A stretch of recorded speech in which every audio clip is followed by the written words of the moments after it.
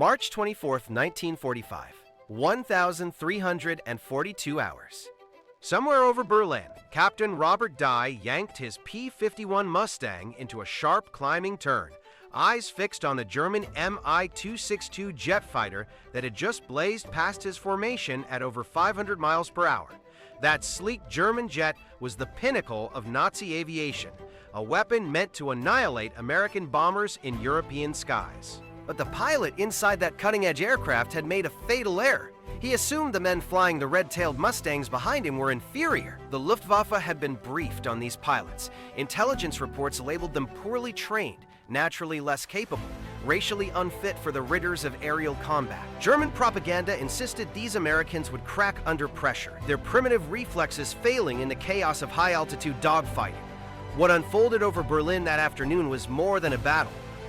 It was the dismantling of a racist ideology at 25,000 feet, executed at 400 miles per hour by men told all their lives they weren't enough.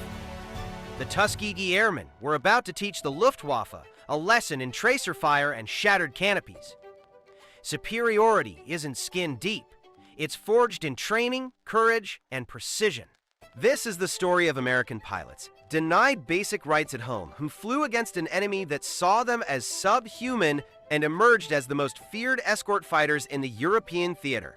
July 19, 1941. Tuskegee Army Airfield, Alabama, 0600 hours. The men reporting for primary flight training that sweltering summer morning carried more than standard Army Air Corps equipment. They bore the weight of a nation's doubt. The burden of a military convinced black men lacked the intelligence, reflexes, and courage for aerial combat. The Tuskegee Experiment, as War Department memos cynically called it, was designed to fail.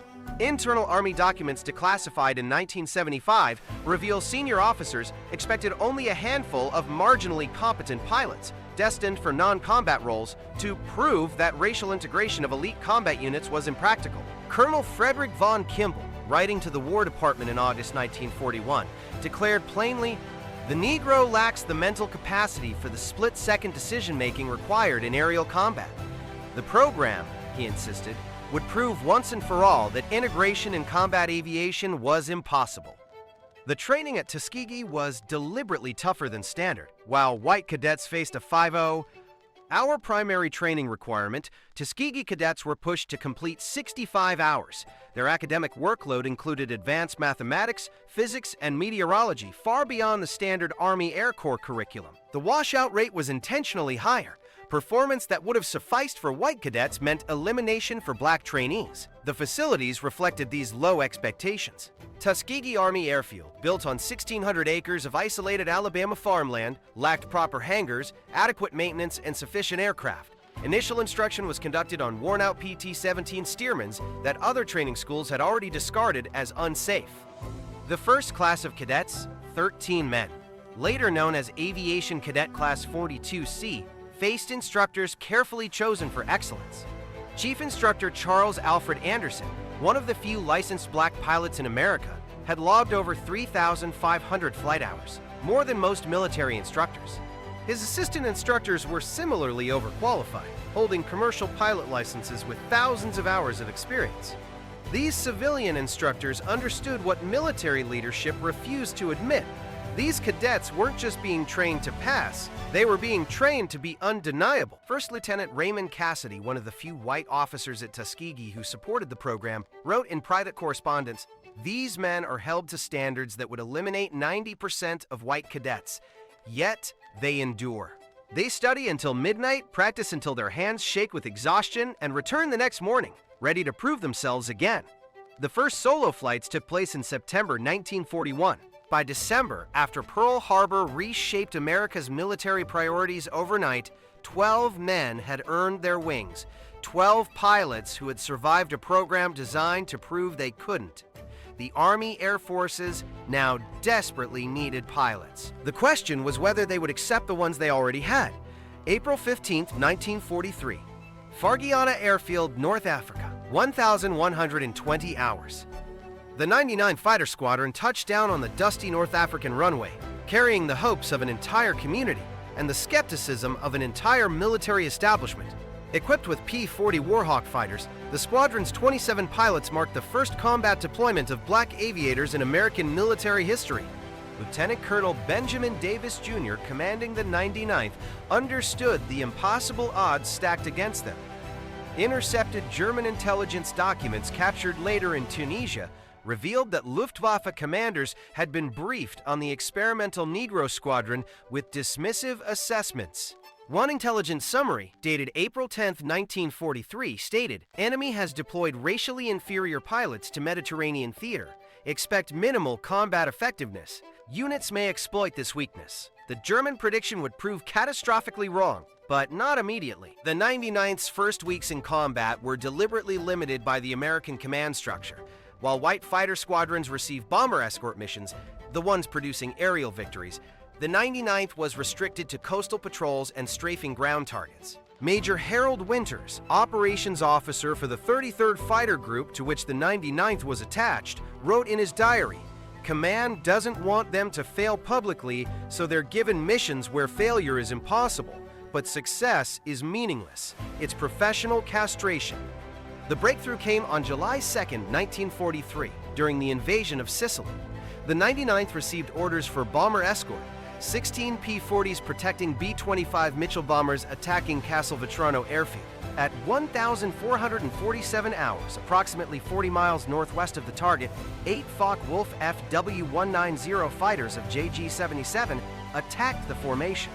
Flight Officer Willie Ashley, flying tail Charlie position, spotted the German fighters diving from 18,000 feet. His radio call, "Bandits 6 o'clock high, coming fast," initiated the engagement that would cement the squadron's reputation.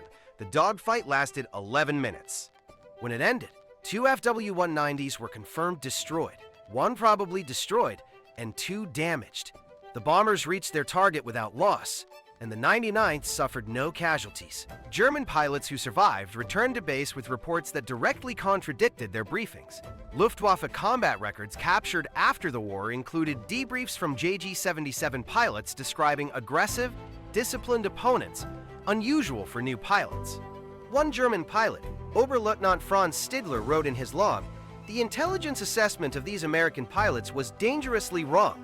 They fight well." Success, however, brought new challenges. Time magazine published an article on September 20, 1943, questioning the 99th's combat effectiveness despite their confirmed victories. The article cited unnamed military sources claiming the squadron displayed high tension and a lack of aggressive spirit. The story coincided with a War Department review considering whether to disband the program entirely. Lieutenant Colonel Davis was recalled to Washington to defend his pilots before a Pentagon review board. While he testified before skeptical generals, his squadron continued flying combat missions over Sicily and Italy, building a record that would eventually silence critics, not with words, but with an unbroken string of bomber escort missions where not a single bomber was lost to enemy fighters. June 9, 1944, Ramitelli Airfield, Italy. 0545 hours. The transformation was complete. The 99th Fighter Squadron had been joined by the 100th, 301st, and 302nd Fighter Squadrons to form the 332nd Fighter Group. More importantly, they had upgraded from war-weary P-40 Warhawks to the aircraft that would make them legendary, the North American P-51 Mustang. The P-51D Mustang represented the pinnacle of American fighter design. With a top speed of 437 miles per hour, a service ceiling of 41,900 feet, and a combat radius of 1,000 miles when equipped with drop tanks, the Mustang could escort bombers deep into Germany and engage any Luftwaffe aircraft on equal terms. But it was the paint scheme that would make the 332nd instantly recognizable. Following standard practice for identifying friendly fighters, the 332nd painted the tails of their Mustangs bright red. Bomber crews began calling them Red Tails. German pilots would soon assign less flattering names. Colonel Davis, now commanding the entire group, implemented a tactical doctrine that diverged from standard fighter escort practice. While other escort groups would break formation to chase German fighters and accumulate individual victory credits, Davis issued explicit orders documented in the 332nd Operations Manual. Stay with the bombers. Your mission is to get them to the target and back. Personal glory is secondary to mission success. This doctrine produced a remarkable statistic that would silence every critic.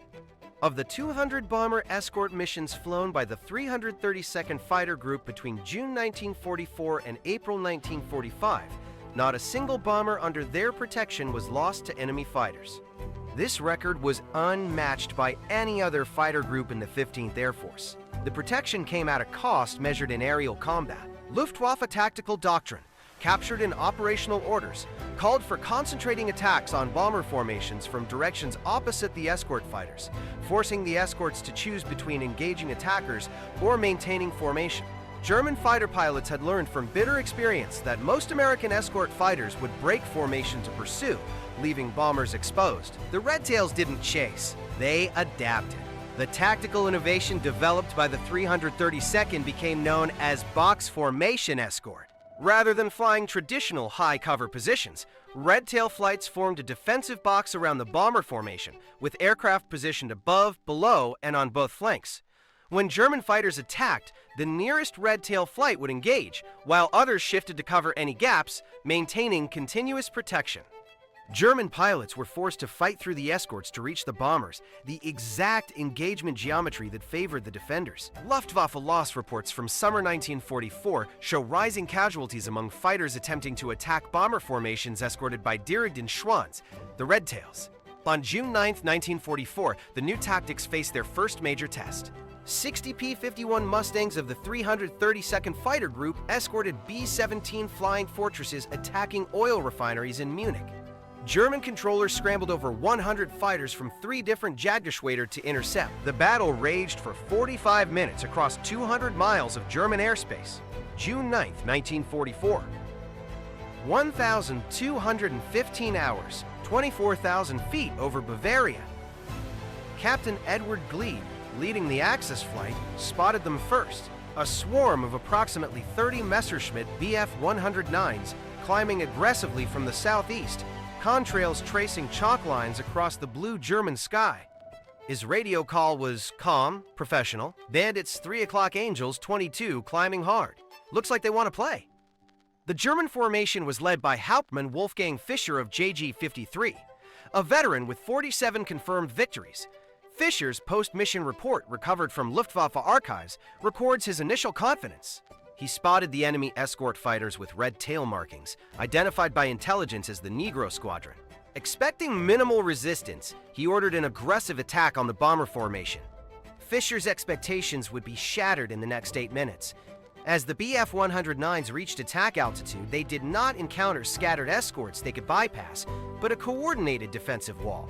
Lieutenant Clarence Lucky Lester, flying wing position in the Axis flight, maintained perfect formation discipline as German fighters screamed past, attempting to draw the Americans away from the bombers. The Red Tails held their positions. The Luftwaffe pilots found themselves forced into exactly the engagement they had hoped to avoid, a turning fight against fresh escorts with the altitude advantage. When the first German element committed to an attack run on the B-17s, Captain Gleed's flight rolled inverted in Dove, intercepting the Messerschmitt Bf-109s at a combined closure rate exceeding 600 miles per hour. The technical specifications of the P-51D gave the Americans critical advantages in this engagement. The Mustang's laminar flow wing design provided superior high-altitude performance. The Merlin engine maintained power at altitudes where German fighters began losing effectiveness. Most importantly, the .640 caliber machine guns, each loaded with 400 rounds, delivered devastating firepower. Lieutenant Lester achieved firing position on a Bf-109 at 1,200 yards, closing to roughly 400 yards before unleashing a 3-second burst. His after-action report, filed at 18:30 hours that evening, described the results with clinical precision, observed strikes on the enemy aircraft's fuselage and wing route, smoke and glycol trailing from the enemy plane. The pilot did not bail out. The aircraft entered a spin and crashed approximately 15 miles southeast of Munich. Hauptmann Fischer attempted to rally his formation, but the tactical geometry had turned against him. While his fighters were entangled with the escort, the bombers, their true targets, continued unmolested to Munich. Fischer broke off the engagement at 12:23 hours, having lost 6 aircraft confirmed destroyed and 4 damaged. The bombers suffered no losses. The engagement over Munich was only the opening act. As the bomber formation turned for home, German controllers scrambled additional fighters from airfields across southern Germany.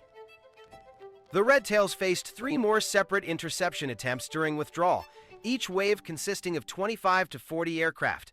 By the time the formation crossed back into Allied-controlled airspace at 14:56 hours, the 332nd Fighter Group had engaged roughly 120 German fighters in multiple running battles over 200 miles.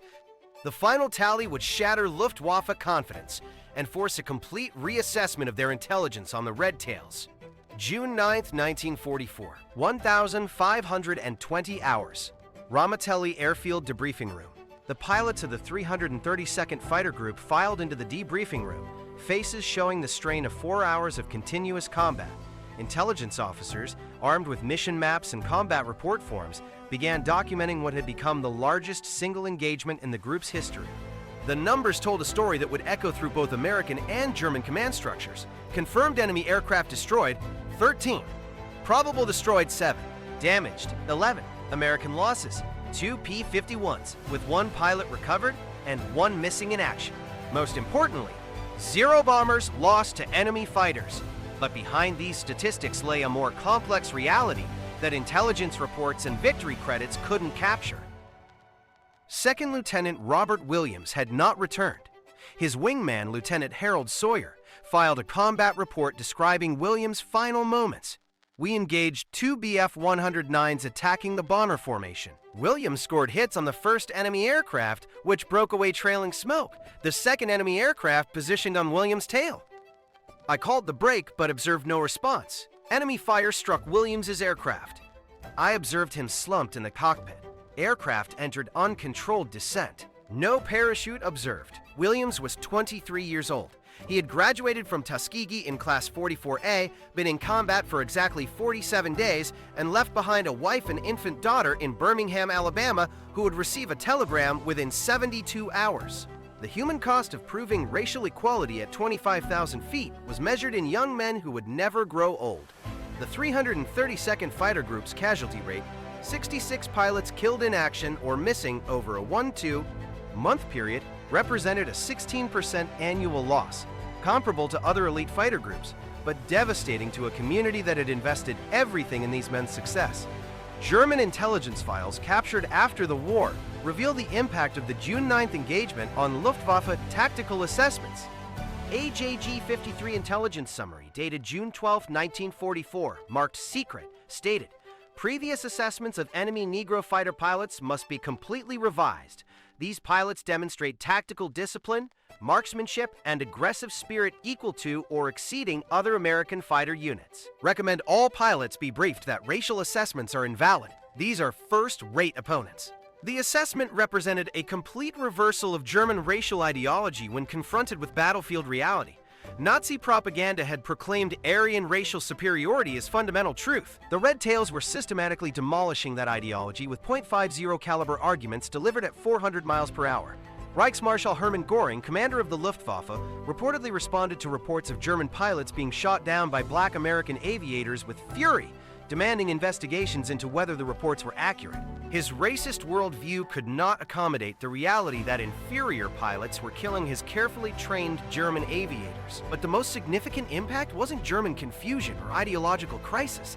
It was measured in the bomber crews who returned home because Red Tail escorts had protected them. Technical Sergeant James Morrison, B-17 ball turret gunner, wrote in a letter home dated June 11, 1944, "We got jumped by what looked like half the Luftwaffe yesterday. Those Red Tail boys stayed with us the whole way. Didn't chase glory, just kept the crowds off our backs.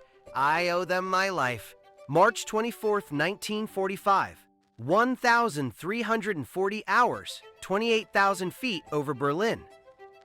The most advanced fighter aircraft in operational service screamed past Captain Robert Dye's P-51 Mustang at a closure rate that defied comprehension. The Messerschmitt Me 262 jet fighter, powered by 2 Junkers Jumo 04 turbojet engines producing 1,980 pounds of thrust each, could reach speeds of 540 miles per hour, nearly 100 miles per hour faster than the Mustang. The appearance of German jet fighters in late 1944 threatened to revolutionize air combat over Europe. The Me-262 speed made conventional interception nearly impossible. Its armament, 430 K-108 cannons could destroy a heavy bomber with a single burst. Luftwaffe commanders believed these jets would restore German air superiority despite being outnumbered 10-1. But the jets had critical vulnerabilities that skilled pilots could exploit. The JUMO engines required careful throttle management, were prone to flame out at high altitude, and took considerable time to spool up from low power settings. Most importantly, the Me-262 needed long, straight approach runs to line up firing solutions on bomber formations. Approach runs that left it vulnerable to alert escort fighters. Captain Dye had studied intelligence briefings on jet fighter tactics extensively. He knew the Me-262 pilot would have to reduce speed and commit to a firing run to threaten the B-17 formation under his protection. In a turning engagement, the jet's superior speed became irrelevant, as the Mustang's maneuverability dominated. The Me-262 pilot, Oberleutnant Heinrich Bahr of JG-7, was a novice in jet tactics. With over 200 confirmed victories, Bahr was one of Germany's most experienced pilots. His post-war combat report reveals his tactical thinking: identify bomber formation escorted by red-tail Mustangs, plan high-speed diving attack from 32,000 feet to penetrate escort screen before fighters could react, execute attack run at 0.82 Mach. Bahr's approach flashed through the American formation at 550 miles per hour, but Captain Dye had positioned his flight with an altitude advantage specifically to counter high-speed diving attacks. As the Me-262 committed to its firing run, Dye rolled inverted and pulled through, diving to intercept. The geometry of the engagement gave Dye perhaps 3 seconds of firing opportunity as the jet flashed past. His combat report, filed at 19:20 hours that evening, described the shot with characteristic precision. Led target by approximately 6 aircraft lengths at 800 yards range, fired a 2-second burst, observed strikes on the enemy jet's starboard engine. The enemy aircraft, trailing flame and smoke, attempted to climb, but the starboard engine exploded. The aircraft rolled inverted and entered a flat spin. The pilot ejected at approximately 18,000 feet. Oberleutnant Bahr survived and was captured by American ground forces 3 days later. His interrogation report included a telling observation: "I have fought British, American, and Russian pilots. The colored American pilots showed tactical awareness and shooting accuracy equal to the best I have encountered. The assumption they were inferior was propaganda nonsense that cost us experienced pilots. The engagement over Berlin represented more than individual combat success. It demonstrated that superior technology could not overcome superior tactics, training, and determination, regardless of the pilot's race." April 1st, 1945, 0830 hours, Ramitelli Airfield, final mission briefing. The war in Europe was entering its final weeks, but the Luftwaffe remained dangerous.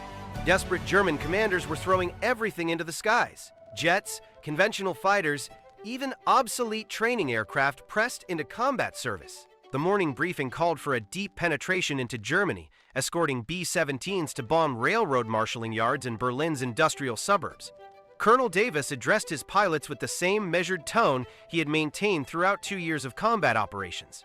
"Gentlemen, intelligence indicates heavy fighter opposition. The Germans know they're losing, which makes them more dangerous, not less. Desperate men take desperate chances. Stay disciplined. Stay with the bombers. Bring everyone home." The formation that lifted off from Ramitelli at 0915 hours comprised 64 P-51 Mustangs with red tails, the largest single mission deployment in 332nd history. They would rendezvous with the bomber stream over the Adriatic Sea and escort them across Austria into Germany, a round trip of over 1,600 miles requiring nearly 6 hours of flight time. At 12:15 hours crossing into German airspace at 26,000 feet, the formation encountered the first interceptors, a mixed group of approximately 40 Bf-109s and February 100s, 90s. The engagement followed the now familiar pattern.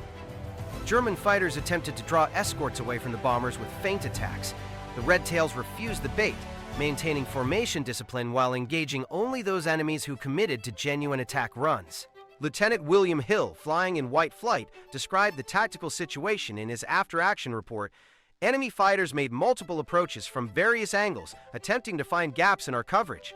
Each time they committed to an attack, our nearest flight would intercept while adjacent flights shifted to cover. The Germans found themselves consistently forced to fight through the red tails rather than around them. After 30 minutes, their attacks grew less coordinated as dwindling fuel forced disengagement. The most significant engagement occurred at 1,342 hours, precisely as the bomber formation began its run on the target. German controllers had held back a swarm of Me-262 jets for this moment, calculating that escorts would be most vulnerable during the critical minutes when bombers maintained straight and level flight for bomb release. Captain Armour McDaniel, leading Blue Flight at 29,000 feet, spotted the jets climbing from the northeast. His radio call was calm despite the threat. Blue leader to all flights. Bandits, 2 o'clock. Climbing fast. Looks like the jets. Blue Flight engaging. All other flights maintained position. The 4 Mustangs of Blue Flight dove to intercept, accepting a speed disadvantage to prevent the jets from reaching firing position on the bombers. The Me-262S, forced to maneuver to avoid the diving Mustangs, lost the precise approach geometry required for an effective attack. When they attempted to reposition for another run, Lieutenant Charles Bailey achieved firing position on the trailing jet. Bailey's gunnery, honed through hundreds of hours of training and dozens of combat engagements, delivered a 3-second burst directly into the Me-262's port engine from 600 yards. The jet's engine exploded spectacularly, and the aircraft rolled inverted before the pilot could eject. The remaining 3 jets broke off the attack, unwilling to press home against alert and aggressive opposition. The bombers completed their run unmolested. Of the 36 B-17s under red tail protection that day, all 36 returned to base. The 332nd lost 1 aircraft to ground fire during withdrawal. The pilot successfully bailed out over friendly territory and returned to the squadron within 72 hours. General Ira Eaker, commanding Mediterranean Allied Air Forces, sent a personal message to Colonel Davis that evening. The performance of the 332nd Fighter Group continues to set the standard for bomber escort operations in this theater.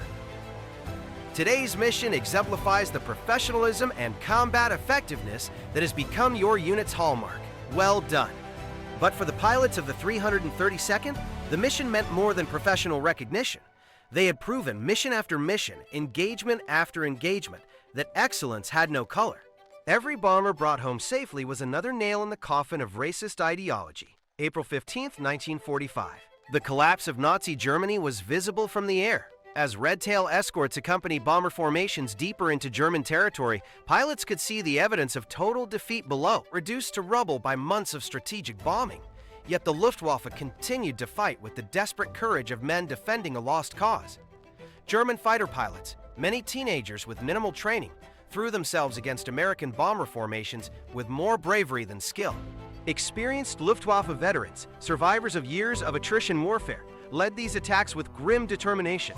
On April 15, 1945, the 332nd Fighter Group flew what would become one of their final major combat missions, escorting B-24 Liberators attacking the Skoda armament works in Pilsen, Czechoslovakia. The target was critical to remaining German war production, and Luftwaffe commanders committed significant resources to its defense. Lieutenant Roscoe Brown, leading a flight of 4 Mustangs, encountered 3 Me-262 jets attempting to intercept the bomber formation at 15:23 hours. The jets had adapted from previous encounters with red tails, approaching from multiple angles to divide the escort's attention. But Brown had studied jet tactics extensively, analyzing captured German training manuals and interrogation reports from captured Me-262 pilots.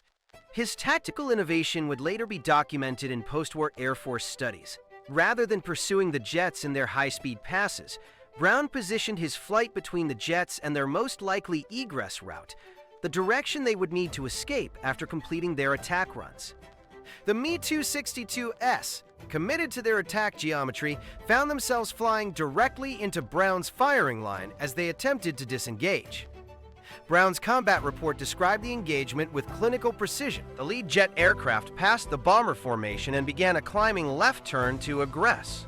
I had pre-positioned to intercept this maneuver. At a range of 1,000 feet, I fired a 4-second burst, observing strikes on the aircraft's fuselage and both engines. The enemy aircraft's canopy separated, and the pilot ejected.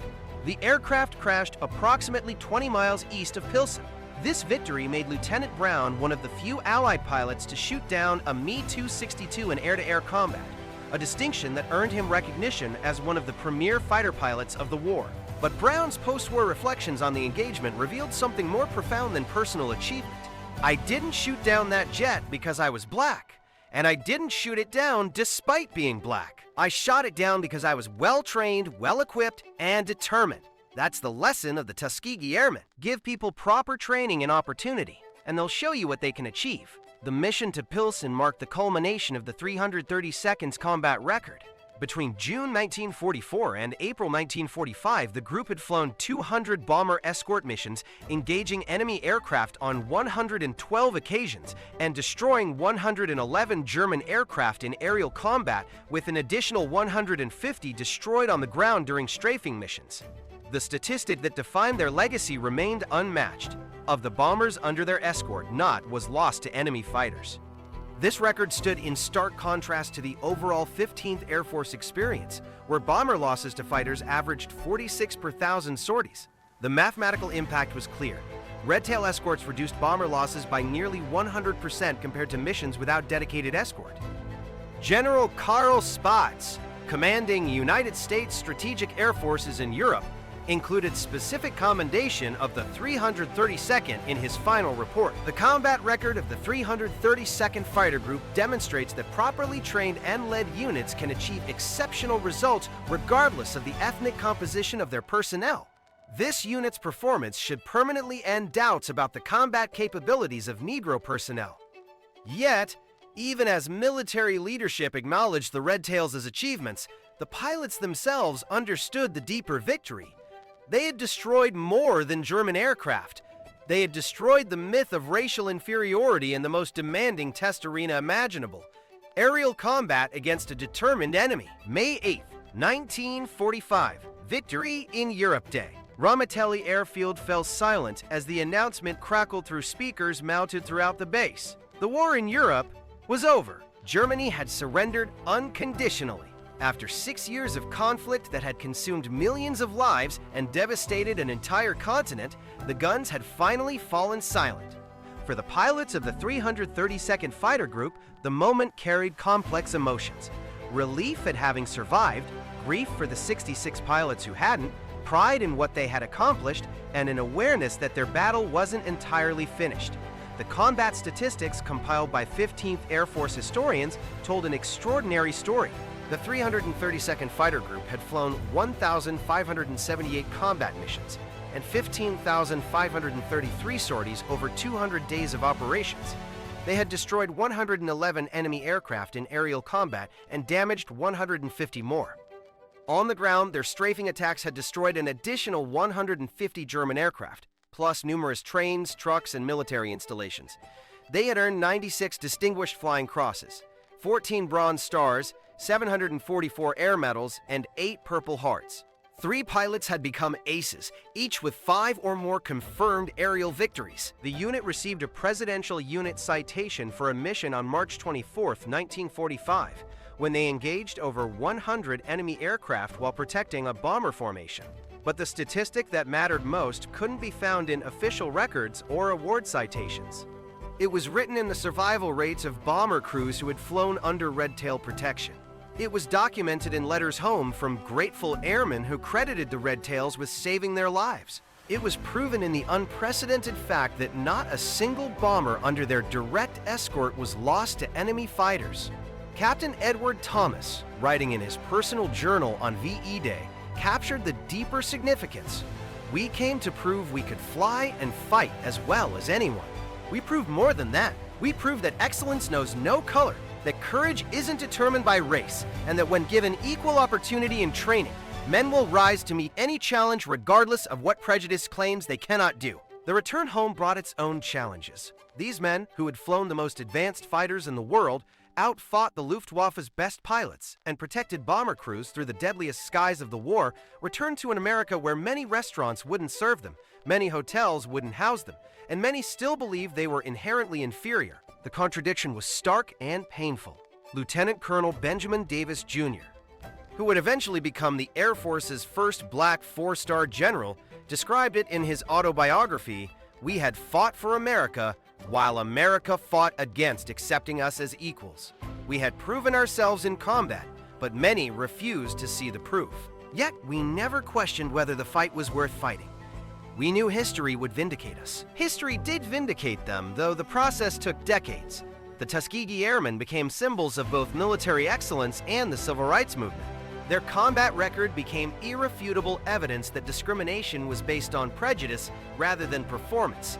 The argument that black soldiers couldn't perform at the highest levels of combat operations had been demolished at 25,000 feet over Europe. President Harry Truman's 1948 executive order desegregating the military cited the combat performance of units like the 332nd Fighter Group as evidence that segregation served no military purpose and harmed American capabilities. The Red Tails had proven that America's armed forces would be stronger when they drew from all citizens equally.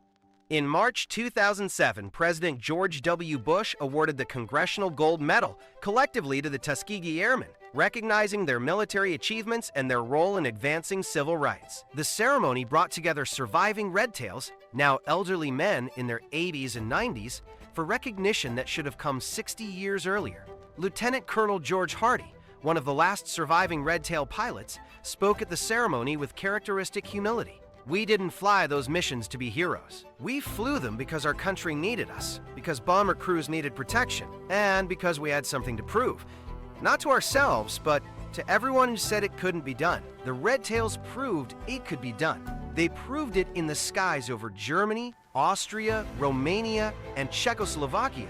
They proved it in 15,533 combat sorties without losing a single bomber to enemy fighters. They proved it by destroying 111 German aircraft and damaging 150 more.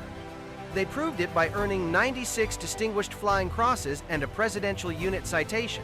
But most importantly, they proved it by demonstrating that when artificial barriers are removed, human capability knows no limits imposed by race, ethnicity, or prejudice. The contrails they left across European skies during those desperate months of 1944 and 1945 have long since dissipated. But the trail they blazed toward equality and recognition remains visible, a navigation beacon for future generations seeking to chart their own courses toward excellence. The German pilots who faced them learned the hardest way that racist ideology crumbles when confronted with reality delivered at 400 miles per hour.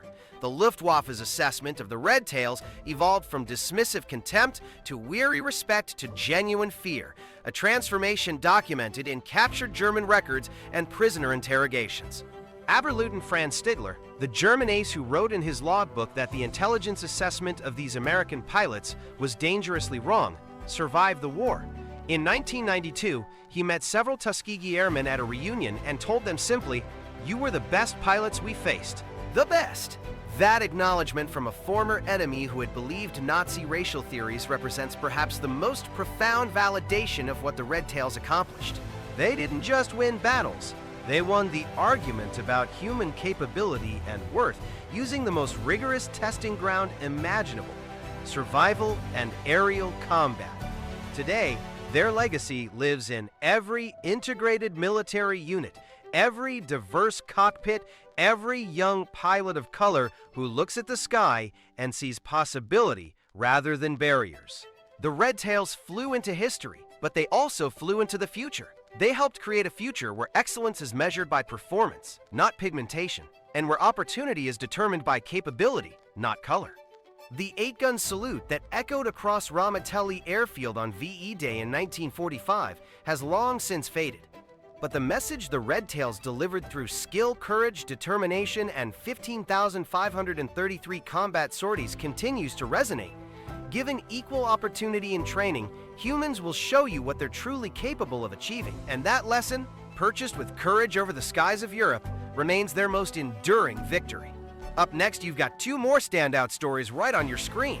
If this one hit the mark, you won't want to pass these up. Just click and check them out. And don't forget to subscribe and turn on the notification bell so you don't miss any uploads from us.